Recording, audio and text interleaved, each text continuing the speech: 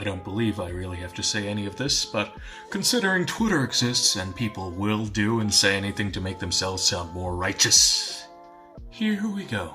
No, I am not a fascist, psychopath, nor do I support real-world genocide. Good, okay. Let's continue with the actual argument. You can read the title and it's not just clickbait.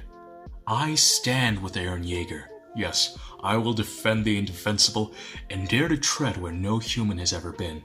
For the sake of argument, of course, because let's be real here, we are all adults, or close to adults, or at least grown man-children arguing about a show in which people will do this kind of stuff.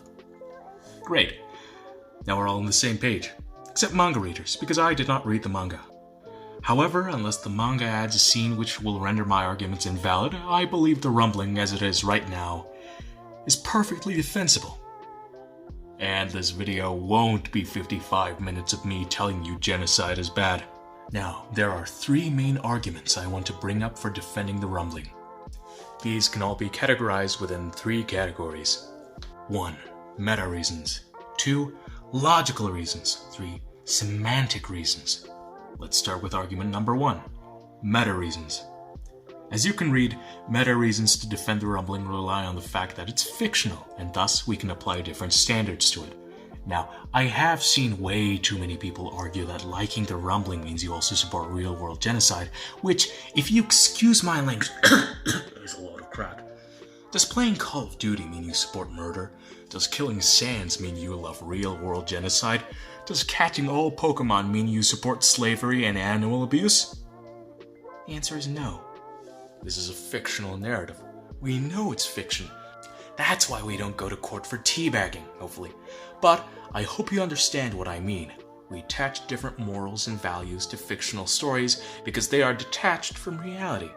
And let's be honest, just look at the rumbling. It looks awesome. The walls are crumbling. The music, everything is just so amazing to look at. Especially considering we've seen these walls for over 4 seasons. Not wanting the rumbling is akin to telling Chekhov to please consider gun safety. It's like being mad at Batman for not killing the Joker. The entire show builds up to the rumbling. It's an important story beat. Wanting to see it happen is only normal. It's a payoff to 4 seasons of these damn walls being in almost every shot. The rumbling is a story element that is the accumulated worth of all the chapters before it. It is the parallel to the walls being kicked in. The titans in the show taught us to fear are now turned to the enemy. So many parallels, subtext, and enjoyment came from this event.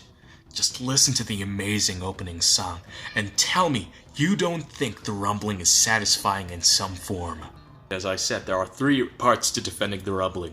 This is the second part. Logical reasons. The rumbling is also defensible when it comes to logic. Please do note that at no point do I believe the rumbling is a perfect solution, but a necessary solution to the trolley problem Isayama created. For you see, the world of Attack on Titan has established that most of the world wants all Eldians dead or gone. And this was long before Eren Yeager took the Founding Titan. We can see in Marley how Eldians are treated, and that's considered merciful compared to how other countries treat Eldians. It's a given that the world thinks it's better off without the subjects of Ymir. Parity has no reasonable way to fight back against any invading forces because their military technology is extremely outdated. They have almost no diplomatic relations to the outside world, no real active infrastructure outside the walls, and their population can be assumed to be extremely low. Now, you can argue that because of this, parity is safe. I mean, if anything happens to them, they can just threaten with the rumbling, except it doesn't work like that. As the show repeatedly demonstrates, the threat of the rumbling is not enough to discourage foreign nations from attacking parity. Risking the safety of the world to obtain a military advantage over competing factions.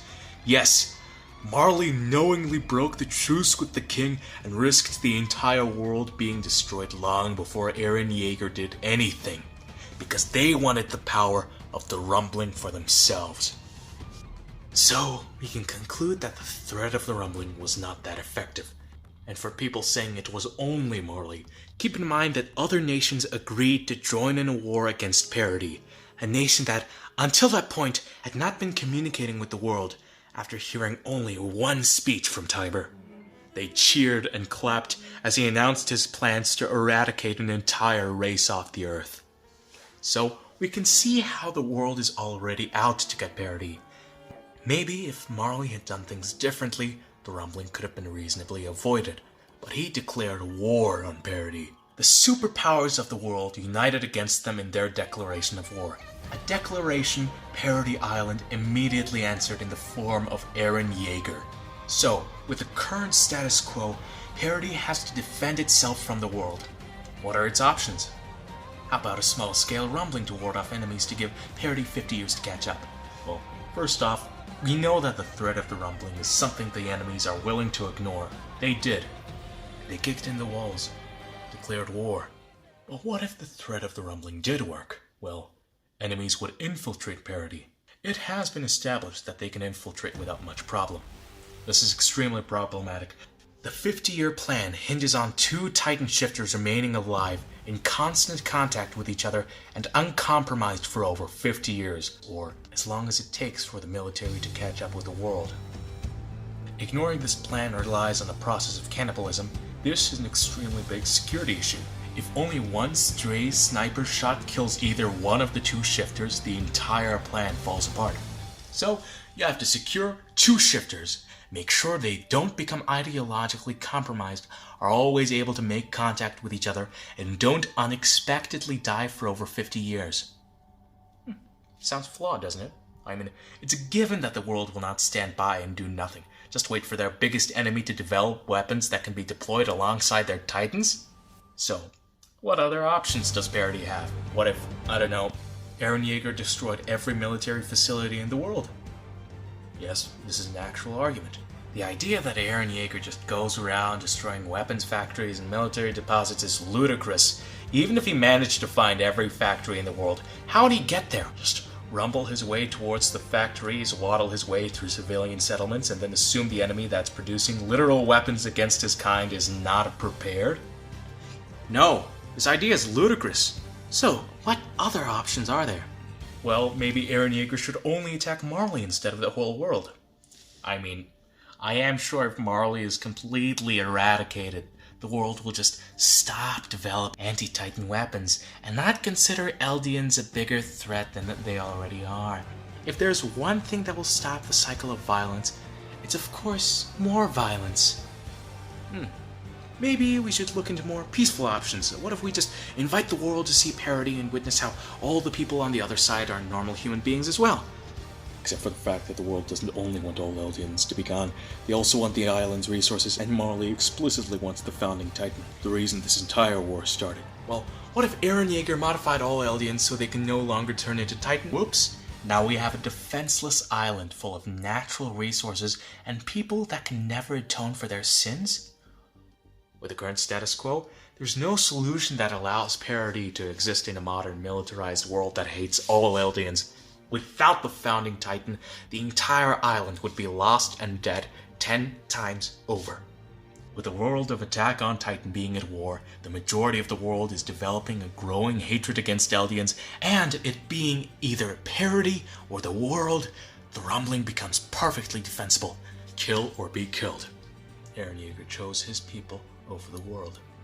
Let's discuss the final point of my arguments, semantic reasons. Because besides meta and logical reasons, we are human beings. We look at a picture of a cat and go, "Aww." We are emotion-driven creatures, and it's because of that that we root for Eren Yeager. Logically, he is definitely in the wrong. The world should normally be chosen over one tiny island after all. The need of the many over the need of the few. But that's not how it works. We've been following Eren Yeager since he was small. We saw him grow up. We saw the citizens of Parody, and we started to sympathize with them. We saw them overcome odds and fight back against monsters. Of course we root for them. Of course we want them to survive. They are the protagonist, the person we sympathize most with. And when we look at the enemy, at Marley, we see them put Eldians into ghettos. We saw the diplomats from all over the world cheering for the destruction of our heroes. We witnessed them committing horrible acts against the people we root for. We know it's never right or justice, but as an emotional being, it is satisfying to see, to feel, to see the enemies who haunted the protagonist shiver in fear. What Eren is doing is horrible and cruel. But he's a hero in his own right. The one we followed, rooted for, and love. That's why I support the Rumbling.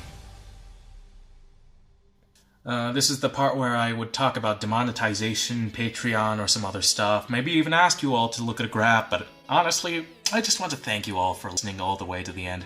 If you have any thoughts, I encourage you to comment. Not only because this will trigger more engagements with my video, but also because I have an addiction to arguing with strangers online.